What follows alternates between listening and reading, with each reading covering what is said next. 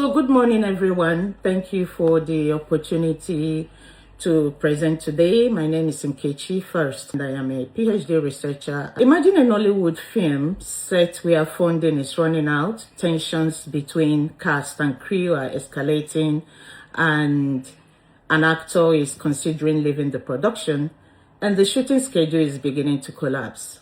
There is no human resources department, no welfare officer, and often no formal institutionalized support. It is the woman director who steps in, not only to direct the film, but also to negotiate conflict, maintain morale, protect the well-being of the cast and crew, reorganize the schedule, and keep the production moving. None of this work appears in the production budget, yet without it, the film may never be completed. So today I argue that this invisible labor is not simply an extension of women's caring roles. It is a form of economic governance that sustains Nollywood's informal production economy and should be recognized as feminist economic agency. And in case you're wondering what is Nollywood, Nollywood is one of the world's largest film industries, producing thousands of films every year, despite operating with limited formal infrastructure, inconsistent financing, and highly precarious working conditions. It is in many respects an archetypal informal economy. However, whilst feminist economics has significantly advanced our understanding of care work, unpaid labor, and informal economics, it has paid relatively little attention to creative industries in the global south. Existing scholarship on Nollywood has largely focused on industrial growth, entrepreneurship, and screen representation. Much less attention has been given to the gendered organization of labor behind the camera. Who absorbs economic risk? Who performs the relational work that allows production to continue? Who provides the emotional and organizational labor that keeps teams together when formal institutions fail? These questions are central to understanding how informal creative economics actually function. My paper argues that women directors occupy a unique position within this system. Their contribution extends well beyond artistic authorship or technical management.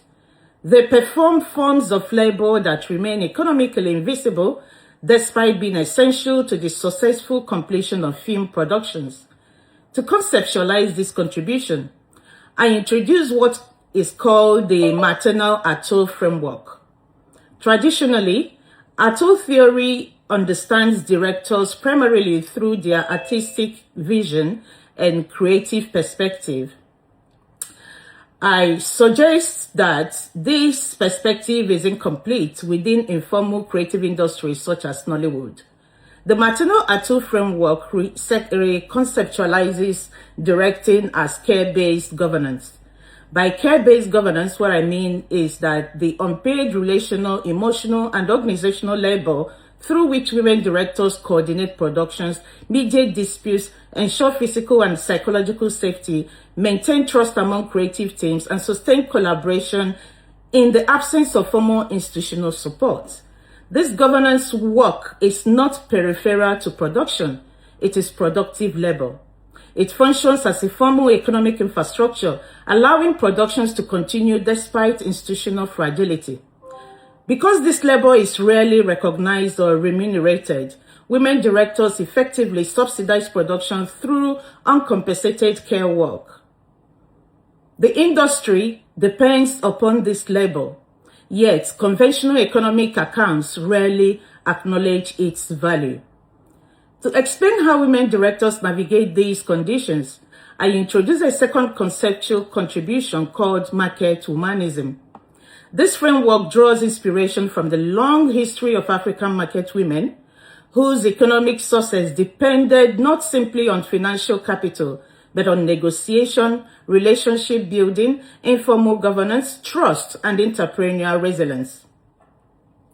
Across many African societies, Many women sustained households and communities while operating within informal economic systems characterized by uncertainty and structural constraints. And I argue that women directors in Nollywood employ remarkably similar strategies. They negotiate scarce resources, they build and maintain network of trust, they secure crew loyalty, and they resolve conflict.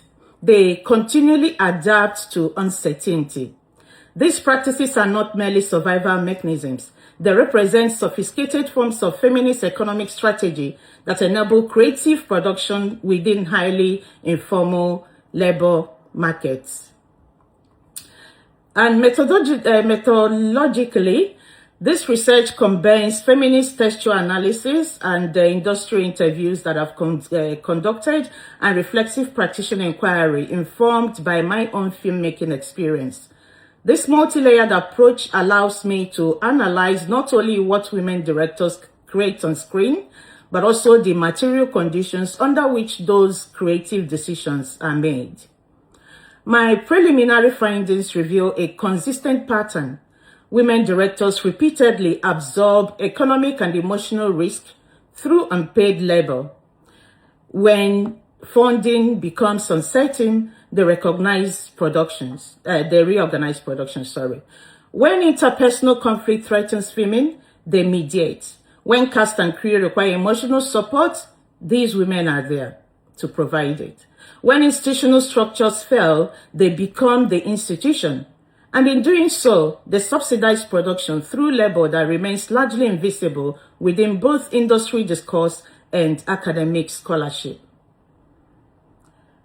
This finding has important implications for feminist economics. First, it expands feminist economic analysis into global South creative industries, an area that has received relatively limited attention despite its growing economic significance. Second, it demonstrates that care work should not be understood solely within households or traditional care sectors. Care also functions as productive economic infrastructure within cultural production. Third, the concepts of the Maternal Auteur Framework and market humanism provide new analytical tools for understanding how women exercise economic agency within informal creative economies. Rather than viewing women directors simply as creative professionals, we can understand them as economic actors whose governance labor sustains production systems operating under conditions of institutional precarity. And ultimately, my argument is not simply that women directors or direct film in different ways. No, it is that they perform forms of governance, negotiation, and care that constitute essential economic infrastructure within Nollywood's informal production system. Recognizing this labor fundamentally changes how we understand authorship, how we understand creative work and economic value. It also challenges feminist economics to broaden its understanding of where productive labor occurs and whose labor counts. If we are serious about building more equitable and sustainable creative economies in the global South, then we must begin by recognizing the invisible governance labor that has sustained them all along.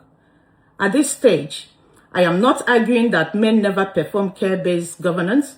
Rather, I argue that women directors appear to disproportionately shoulder this labor and that its gendered organization and economic value have been largely overlooked.